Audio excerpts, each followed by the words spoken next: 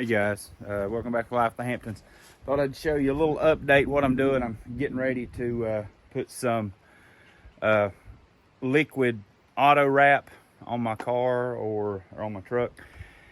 And if you don't know, that's from dipyourcar.com, and they have 3 different grades of Plastidip. I don't like to really refer to it as Plastidip because it the old Plastidip that you get in spray cans and stuff like that. This is a completely different animal. I've got the actual liquid wrap. It's going to have 4 base coats and then 4 top coats, and also I've got it's what's called dip armor, and it's going to be a spray on top of that. So what that will entail is it's going to give it like a automotive style finish. It'll harden up that rubberized feel, so it'll harden it up and give it a shell. But anyway, before I do that, I've got to do a little bit of work here. You can see what I'm doing. I just thought I'd give you when I took the ground effects off, you can see kind of the issue that all these F-150s are having. When you take the ground effects off to go old school, you can see the bed here is made 2 inches lower than the rest of the truck. So you have that weird look, basically. So what I'm doing, you cannot find the little steps, like the 2-inch steps for the regular cab. You can't find them. They don't make them, and you have to find them in a junkyard. I've searched for about 3 months now with zero luck. So what I'm doing, I'm gonna make ground effects for it.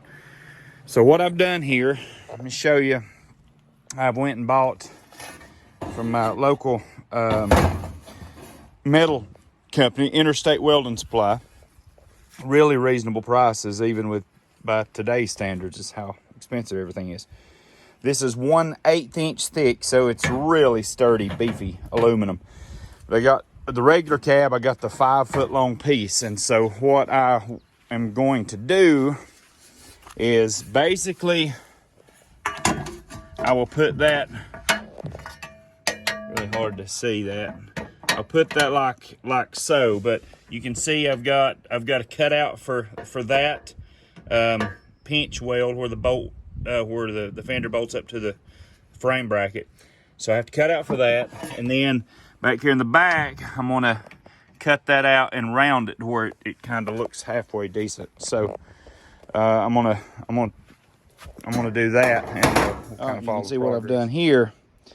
I have cut out for, I'll show you here. I'm using one hand for this pinch weld, and I cut out enough to where it would give me an inch forward and an inch back slack, so you can see where it's hitting. So I can kind of wherever I needed it to go up front, and then as well as in the back, I've cut that out and rounded the back off. Just kind of mock it up here, and I'll show you what it'll run into. If you can see, bottom of this rocker right here, it's not flat, it's rolled down like this. So when I put this up here like this, it flares it out like that, if you can see that. So kind of it flares it out at an angle like that, and so I'd either have to try to shim it down, and that would be a huge gap in the core. But what I'm doing is going back and taking the old trusty hyper tough Walmart whack-a-mole, and I'm flattening that little piece out. And my plan, what I'm going to do with that is that's why I went with aluminum. I'm going to pre-drill me a bunch of holes right in this little flat right here, just like right here, just a bunch of holes about every 6 inches. And I got some self-tapping, but I'll pre-drill them.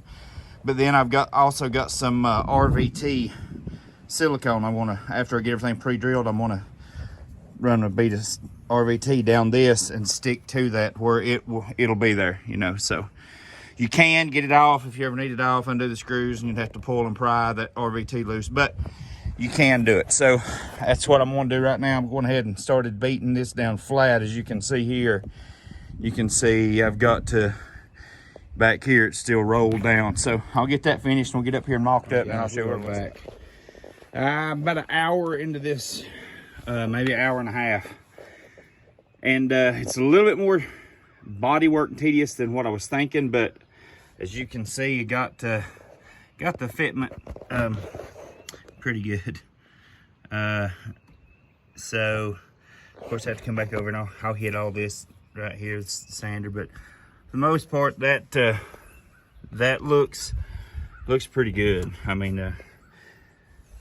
if you look, the height of it is way better than what it was, and that's a 2" by 2" aluminum angle, 1/8 inch thick. And so that'll match a whole lot better than not having anything on it. Just having it where that cab is up 2 inches or 2 1/4 inches higher than that. So that's the issue. It's 2" aluminum, and it's actually like 2 1/4, 2 3/8 inch. This is 2 3/4 or 2 3/8 to 2 1/4 to 2 3/8 inch lower than the cab, and all they had was a 2 inch. I could have went up to 2 1/2, but that would have been way too much. So I just opted to keep a 2 inch. And what I'm gonna do up here is right here, I'll trim that in some form. I don't really know how I want to trim it yet, as far as what kind of angle I want to put on that bottom piece there. I don't know yet, but I'll come up with something. We'll do something right there, and so it just looks way better. And of course, when it's all painted, you won't be able to tell it at all. So making progress, and the other one will be way easier, I'm hoping, because all the brackets on the other side, on the driver's side, are just the same. So the geometry is the same, everything. So all I have to do on the other side, in theory, is just flatten that rocker back out and take this piece back off and trace it onto the other piece, and then cut it, and then I'll have all my cuts on that one, and I won't have to, because I had to make like 15 cuts on this one to keep cutting it to get it just the way I wanted it. So but anyway, it looks pretty good, so that's what we'll go with. All right, guys, again, I'm gonna give you a before. I mean, you can just see the massive difference in how low this bed is compared to the cab.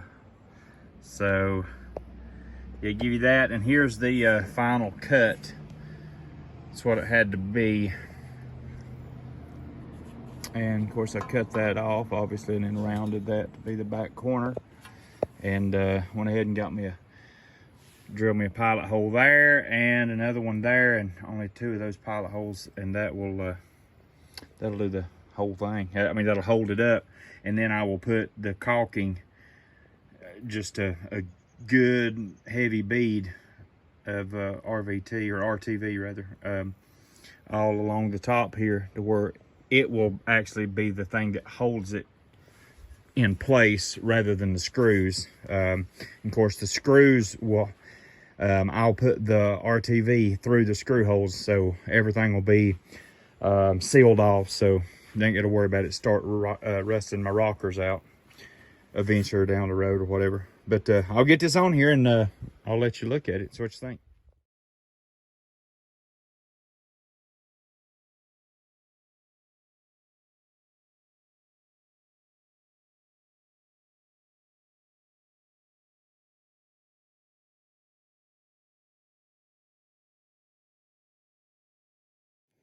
All right, guys, back to you.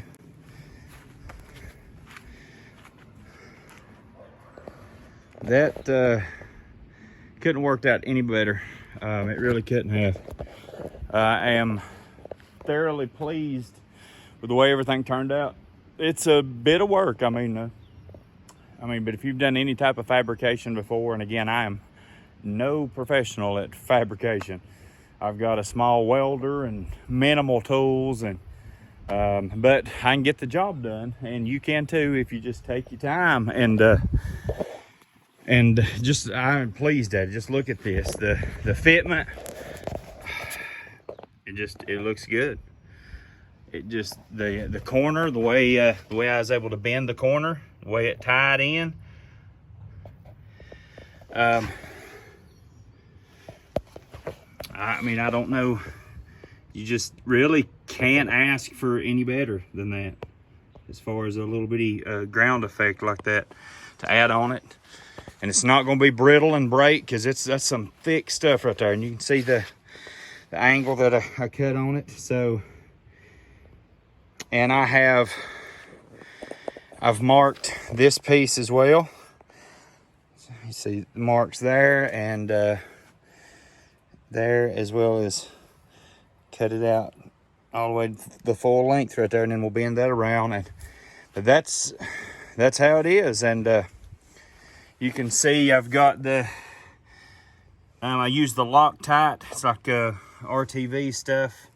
It's high heat, high temp, super strong hold bond. And so anyway, I think I put 6 screws in that. So you can see a couple places that it oozed out.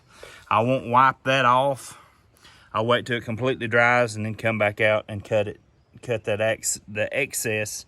I'll cut that off with a knife. But you can see the gap. There really is no gap. It looks really, really good. I'm super, super tickled with it. So anyway, this is a wrap. I'm gonna do the other one just like it, and it'll be ready for paint after a little bit more body work, a little sanding and stuff like that.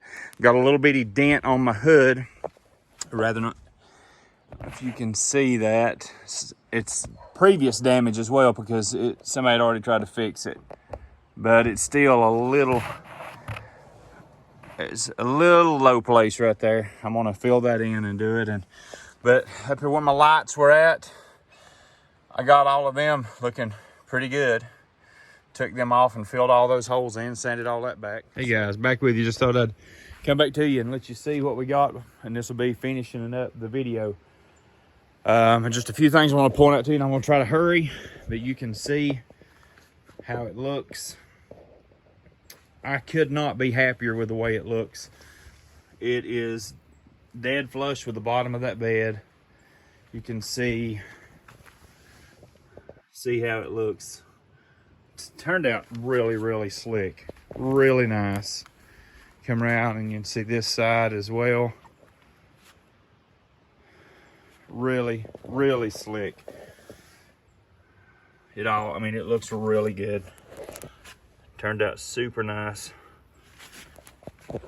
And if you're wondering about the bed, if you're wondering why all of this is like this is not a rusty truck. There is literally zero rust on this truck. Bought this truck 5 years ago, and the reason I bought the truck, it had all the ground effects, the big heavy ground effects on it all the way around. And I just had the 15-inch wheels on it. They were 10 inches wide, the fat tires. I just wasn't a fan of that. That was really like a 80s and up to mid 90s style. But anyway, I didn't like it, so I pulled all the ground effects off of it. And but there was zero rust on the truck. Absolutely nowhere. There was zero rust. But what you can see is I decided I wanted to do something different, and I wanted to do a patina paint job on it. The paint was really good condition, other than the clear coat was peeling. So I thought I would sand down past the clear coat and sand down past the paint in places and get into the gray primer and just make it look good that way. And then I would put a heavy gloss clear over top of that and make it look like old school. But this is what I got into. Evidently this truck originally was that really bright, kind of like an aqua green Flareside. So it's been repainted. So you can see I've got into just multiple paint jobs.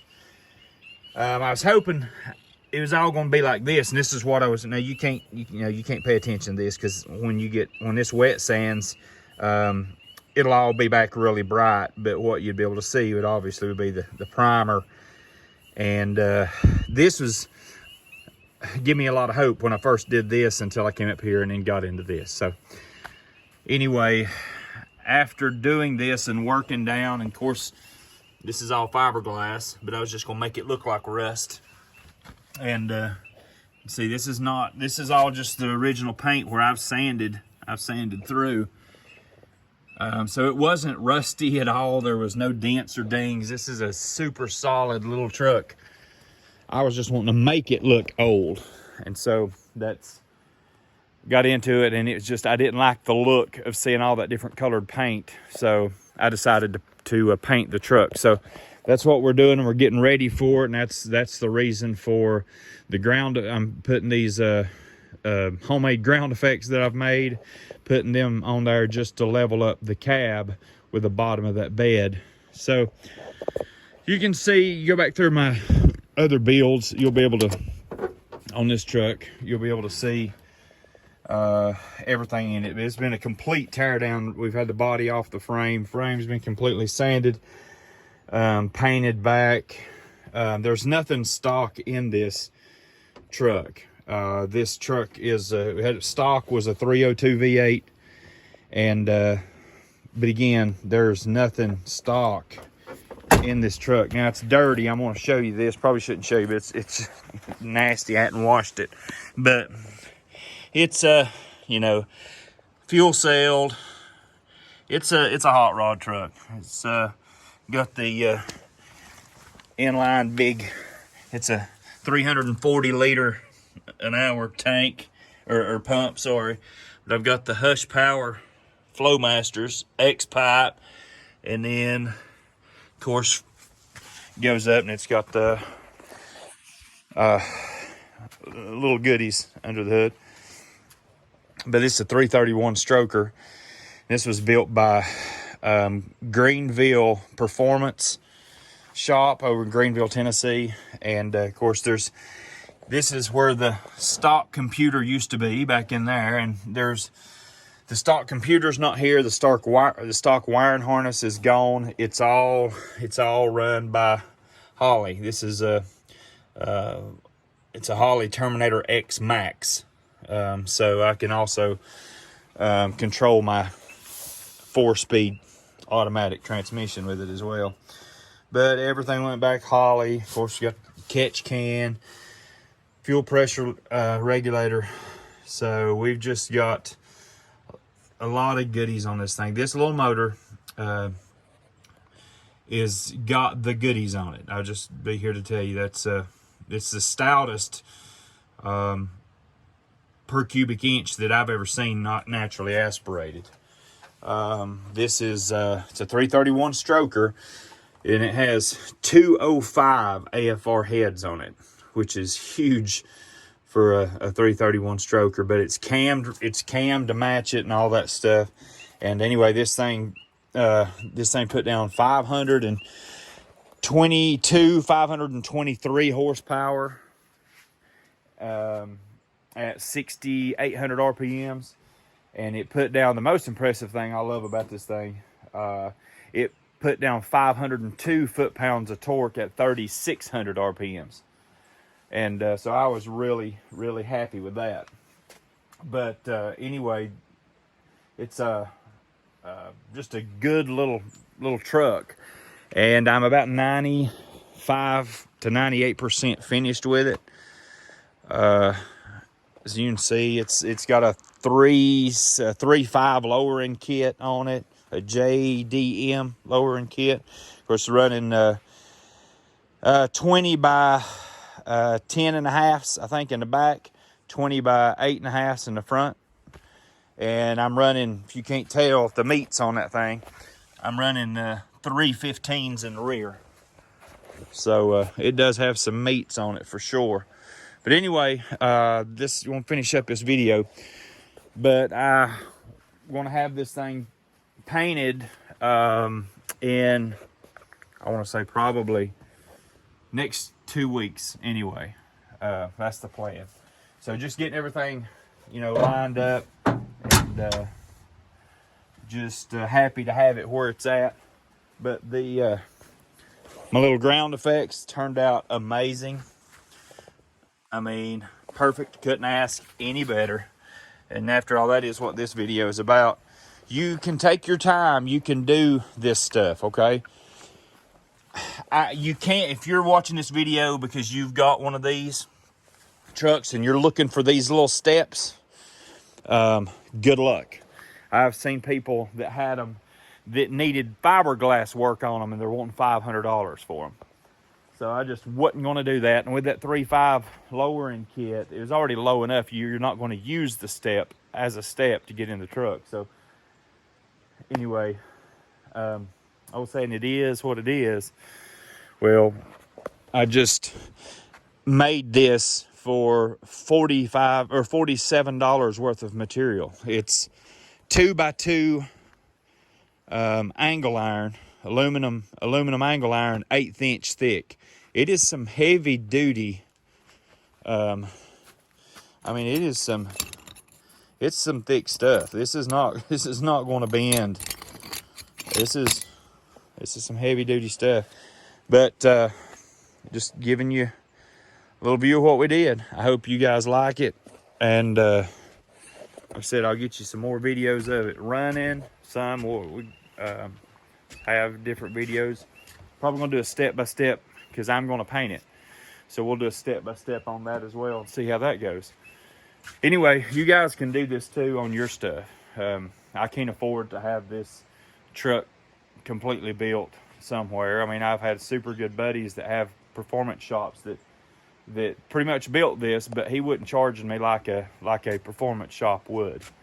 Had he been doing that, I mean, I've got right at $30,000 in this truck as is. But had he been charging like, you know, most machine shop or precision shops, performance shops do, I'd have had 60, 70,000 in it at this point. Paint jobs on them are anywhere from, you know, $6,000 to $8,000. You know, I can't do that, so I'll be doing it myself. So we'll see how that goes. All right, guys. God bless you guys. Y'all take care.